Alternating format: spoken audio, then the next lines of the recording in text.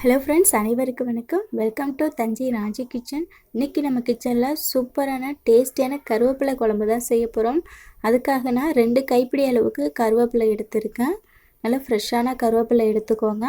இது முதல் நாளே நல்லா வாஷ் பண்ணிவிட்டு ஒரு காட்டன் துணியில் போட்டு நல்லா தண்ணியெல்லாம் ட்ரை ஆக்கி எடுத்து வச்சுருக்கேன். தண்ணி சுத்தமாக இருக்கக்கூடாது. அந்த அளவுக்கு எடுத்துகிட்டு இதை இப்போது ஒரு கடாயில் சேர்த்துட்டு நல்லா வறுத்துக்க போகிறோம். எண்ணெய் எதுவும் சேர்க்க தேவையில்லை, சும்மாவே வறுத்துக்கலாம். இது போல் நல்லா வறுத்துக்கலாம். கருக விட்டுறக்கூடாது. சலசலன்னு ஒரு சவுண்டு வரும். அந்த மாதிரி வரும்போது நம்ம எடுத்துக்கலாம். ஸோ இந்த அளவுக்கு வந்தால் போதும், நம்ம எடுத்துக்கலாம். ரொம்ப கருக விட்டுறாமல் இந்த அளவுக்கு இருந்தாலே போதும். ஸோ இதை ஆற விட்டுட்டு மிக்சியில் சேர்த்து நல்லா பவுடர் பண்ணிக்கலாம். உங்களுக்கு பவுடர் பண்ண முடியலன்னா கொஞ்சம் தண்ணி விட்டு அரைச்சிக்கோங்க. நான் தண்ணி விட்டு தான் அரைச்சிருக்கேன். ஸோ இந்த அளவுக்கு அரைச்சிக்கலாம். பவுடராக அரைக்கும் போதும் நீங்கள் கொஞ்சம் கரகரப்பாக அரைச்சிக்கோங்க, அவ்வளோதான். இப்போ ஒரு கடாயில் தேவையான அளவு எண்ணெய் ஊற்றிக்கலாம். நான் நல்லெண்ணெய் விட்டுருக்கேன் 3 டேபிள் ஸ்பூன் அளவுக்கு. அதில் கொஞ்சம் கடுகு, கொஞ்சம் மிளகு, அப்புறம் கொஞ்சம் வெந்தயம் சேர்த்துருக்கேன். இதை சேர்த்துட்டு நல்லா பொரிய விட்டுடலாம். இதெல்லாம் நல்லா பொரிஞ்ச பிறகு ஒரு 100 கிராம் அளவுக்கு சின்ன வெங்காயம் எடுத்து உரித்து வச்சுருக்கேன். அதையும் சேர்த்துக்கலாம். சேர்த்துட்டு நல்லா வதக்கிக்கோங்க. இது கூடவே ஒரு 100 கிராம் அளவுக்கு பூண்டு நல்லா உரித்து வச்சுருக்கேன். அதையும் இது கூட சேர்த்துக்கலாம். வெங்காயம் கொஞ்சம் வதங்கின பிறகு பூண்டும் சேர்த்து நல்லா வதக்கிக்கலாம். பூண்டு நல்லா எண்ணெயில் வதங்கும் போது நல்ல வாசனை வரும். ஸோ இதுவும் பாதி அளவு வதங்கின பிறகு நம்ம அரைச்சி வச்சுருக்க கருவேப்பிலையை சேர்த்துக்கலாம். சேர்த்துட்டு நல்லா வதக்கிக்கோங்க.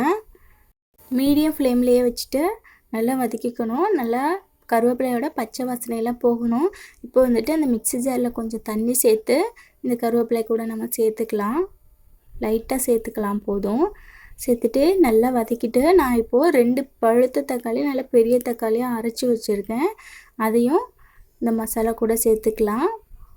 சேர்த்துட்டு நல்லா வதக்கிக்கோங்க. நம்ம எந்த அளவுக்கு வதக்குறோமோ அந்த அளவுக்கு குழம்பு நல்லா டேஸ்ட்டாகவே இருக்கும். இதுக்கு தேவையான அளவு உப்பு சேர்த்துக்கலாம். அப்புறம் கொஞ்சமாக பெருங்காயத்தூள் சேர்த்துக்கலாம். இது 2ஐயும் சேர்த்துட்டு நல்லா வதக்கிக்கலாம். ஸோ இது கூட மசாலா சேர்த்துக்கலாம். இது வீட்டிலேயே அரைச்ச மல்லித்தூள், மஞ்சள்லாம் சேர்த்து அரைச்சதுனால நான் மஞ்சள் சேர்க்கலை. அது 2 ஸ்பூன் அளவுக்கு சேர்த்துட்டு காரத்துக்கு தகுந்தாற் போல் மிளகாத்தூள் சேர்த்துக்கோங்க. நான் காஷ்மீரி மிளகாய்த்தூள் 1 டீஸ்பூனும், அப்புறம் நார்மலான நம்ம எப்போயும் யூஸ் பண்ணுற மிளகாத்தூள் 1 ஸ்பூனும் சேர்த்துருக்கேன். உங்களுக்கு காரம் எவ்வளோ தேவைப்படுதோ அந்த அளவுக்கு சேர்த்துட்டு நல்லா வதக்கிக்கோங்க. கொஞ்சம் மிக்சியில் தண்ணி ஊற்றிட்டு அதையும் சேர்த்து வதக்கியிருக்கேன். அது நல்லா வதங்கின பிறகு கொஞ்சமாக புளி சேர்த்துருக்கேன். புளி தண்ணீர், அதாவது சின்ன நெல்லிக்காய் சைஸ் அளவுக்கு புளி எடுத்து கரைச்சிட்டா போதும். நம்ம ஏற்கனவே தக்காளி நல்லா சேர்த்துருக்கிறதுனால புளி கொஞ்சம் கம்மியாக சேர்த்தா போதும். சேர்த்துட்டு நல்லா வதங்கணும். பச்சை வாசனையெல்லாம் போன பிறகு நம்ம குழம்புக்கு தேவையான அளவு தண்ணி ஊற்றி நல்லா மூடி வச்சிடலாம். மூடி வச்சுட்டு பாருங்கள், இடையில நம்ம எடுத்து கிளறி விட்டுகிட்டே இருக்கணும். இல்லைனா கருவேப்பிலை அடி பிடிச்சிரும். அதுக்காக கிளறி கொடுத்துட்டு நம்ம நல்லா தண்ணியெல்லாம் ட்ரை ஆகிற அளவுக்கு வதக்கி விட்டுட்டு நல்லா வேக விடணும். பாருங்கள், இப்போ பார்த்தீங்கன்னா எண்ணெய் பிரிஞ்சு நல்லா வந்திருக்கு பாருங்கள். இப்போ உப்பெல்லாம் செக் பண்ணிவிட்டு நீங்கள் அப்படியே சர்வ் பண்ணிக்கலாம். இப்போது நான் இது கூட தேங்காய் பால் சேர்த்துருக்கேன்.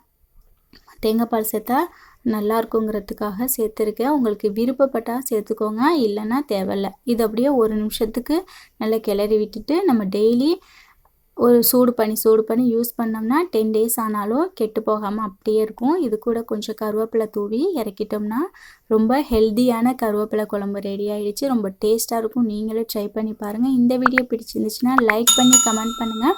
மறக்காமல் சேனலை சப்ஸ்கிரைப் பண்ணிவிட்டு பக்கத்தில் உள்ள பெல் ஐக்கானை கிளிக் பண்ணிவிடுங்க. தேங்க்யூ.